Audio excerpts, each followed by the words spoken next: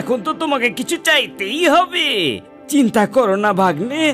আরে যেমন আমি তোমার মামা হই, তেমন উনিও তোমার মামাশ্রী হন। চেয়ে নাও, চেয়ে নাও। যদি আপনি আমাকে কিছু দিতেই চান মামাশ্রী, তবে আপনি আপনার আশীর্বাদ রূপে হস্তিনাপুরের সেনার প্রধান সেনাপতি হয়ে আমাকে সম্মানিত করুন। হ্যাঁ মহারাজ। আমি গঙ্গাপুত্র ভীষ্ম থাকতে এই পদ আমি স্বীকার করতে পারবো না যুবরাজ। তাহলে আপনি আমার সারথি হয়ে আমাকে সম্মানিত করুন।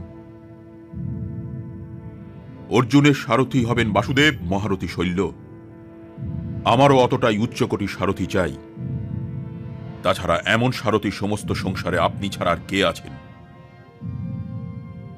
ওদিক থেকে অর্জুন, এদিক থেকে আমি, ওদিক থেকে বাসুদেব, এদিক থেকে আপনি, আর সমস্ত সংসার সাক্ষী।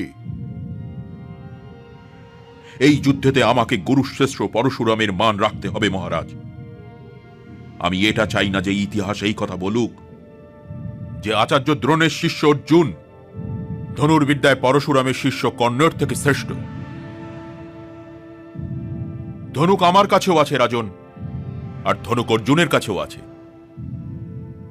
বাণ আমার তুনিরেও আছে, আর বাণ ওর তুনিরেও আছে। নিশানা লাগাতে ও নিপুণ, আর আমিও।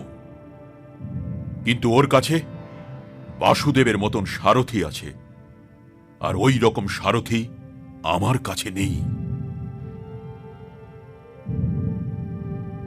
ঠিক আছে অঙ্গরাজ, ঠিক আছে, আমি তোমার সারথি হব।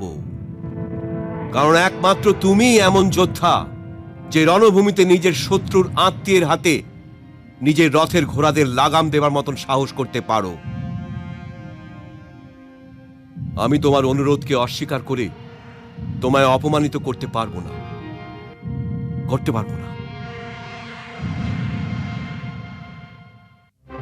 মদ্র নরেশ মহারথী শল্য অঙ্গরাজ কর্ণ সারথি হবেন?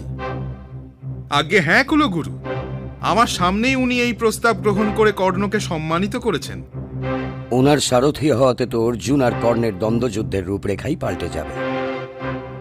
বাসুদেব কৃষ্ণ ছাড়া ওনার মতন সারথি এই সংসারে আর নেই, আর হয়তো ভবিষ্যতেও হবে না। আমি তো আপনাদের দুজনকে এই সুসংবাদ দিতেই এসেছিলাম। এখন মদ্র নরেশ কোথায় আছেন? উনি ভ্রাতাশ্রী যুধিষ্ঠিরকে এটা বলতে গেছেন যে উনি আমাদের পক্ষতেই যুদ্ধ করবেন।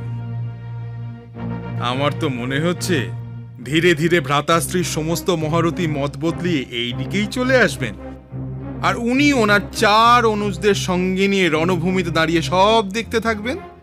প্রণাম, আমাকে আজ্ঞা দিন। প্রণাম, আজ্ঞা চেয়ে নিচ্ছি।